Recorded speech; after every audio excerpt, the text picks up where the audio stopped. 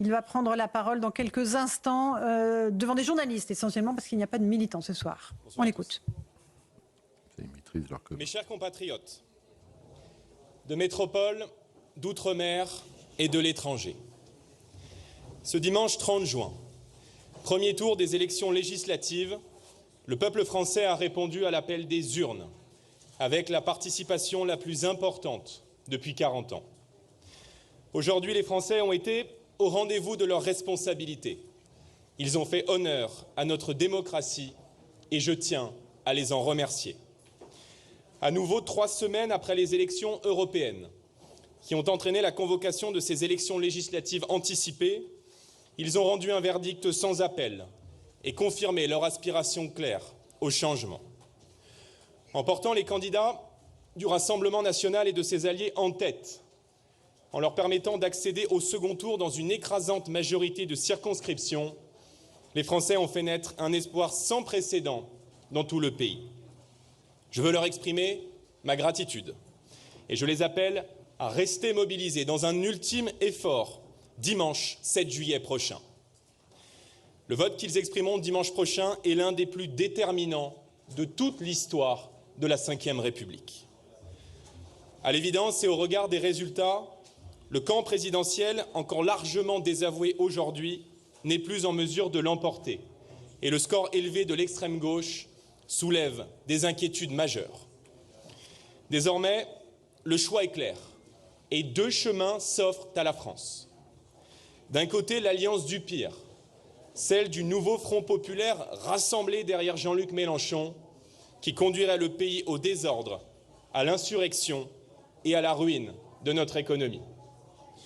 De l'autre, l'Union nationale, que j'ai l'honneur de conduire aux côtés de Marine Le Pen, d'Éric Ciotti et de nos alliés. Cette alliance inédite, motivée par l'intérêt national, est désormais l'unique rempart républicain et patriote qui peut faire gagner la France, protéger nos institutions, rétablir la sécurité, décréter la paix fiscale et défendre le travail. Cette extrême gauche dangereuse a fait le choix d'investir des candidats communautaristes, fichés S, aux propos et à l'attitude inacceptables.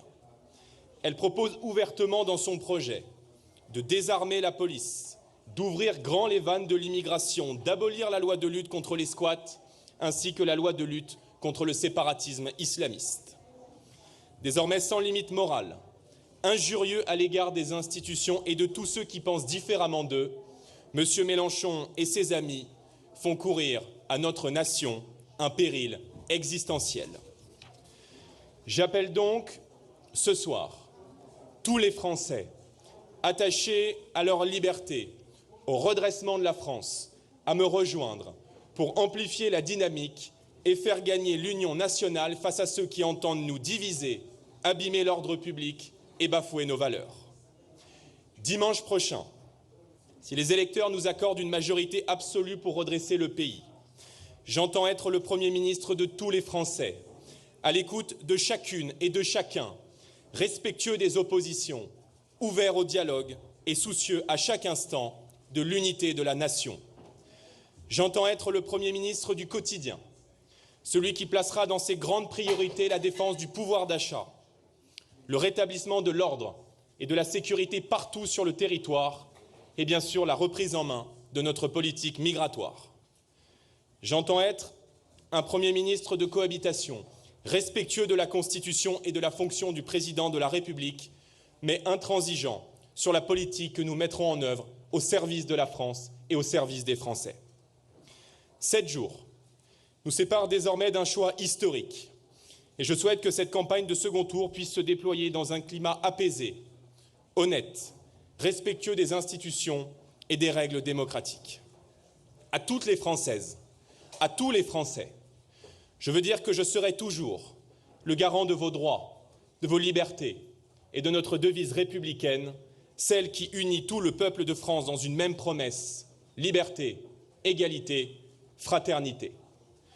Le temps est venu de porter à la tête du pays des dirigeants qui vous comprennent, qui vous considèrent et qui vous aiment autant qu'ils aiment la France. Dimanche prochain, la victoire est possible et l'alternance est à portée de main. La France et la République doivent l'emporter. Soyons unis, soyons rassemblés, soyons mobilisés pour le changement. Vive la France et vive la République. Voilà pour Jordan Bardella.